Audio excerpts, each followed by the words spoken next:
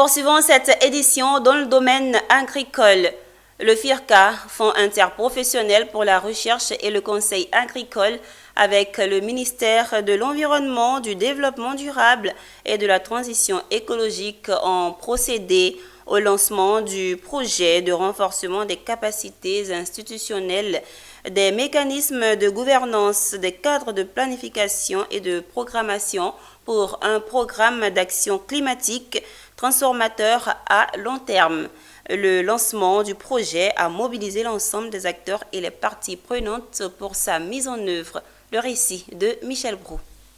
388 540 $ américains, soit environ 200 millions de francs CFA. C'est la valeur destinée à la mise en œuvre du projet de renforcement de capacité des acteurs nationaux sur le réchauffement climatique.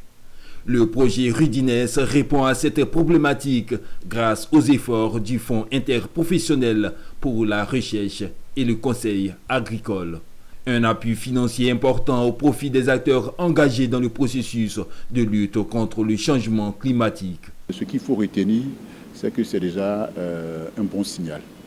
Un bon signal parce que pour relever le défi de la mobilisation de financement, s'il y a une conjugaison d'efforts de l'État, du secteur privé et des entités comme le FIRCA qui nous permettent de capter les ressources sur le marché international auprès de la finance climatique, ce sont autant d'espoir. Nous avons bénéficié de ce programme en tant qu'entité nationale accréditée auprès du plus important fonds climatique au monde, qui est le Fonds vert pour le climat.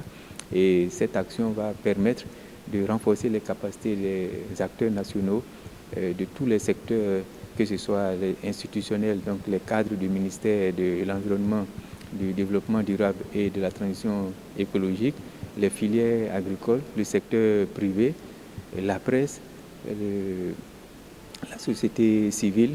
Le Fonds interprofessionnel pour la recherche et le conseil agricole est à ce jour la seule entité accréditée au Fonds vert et le Fonds d'adaptation.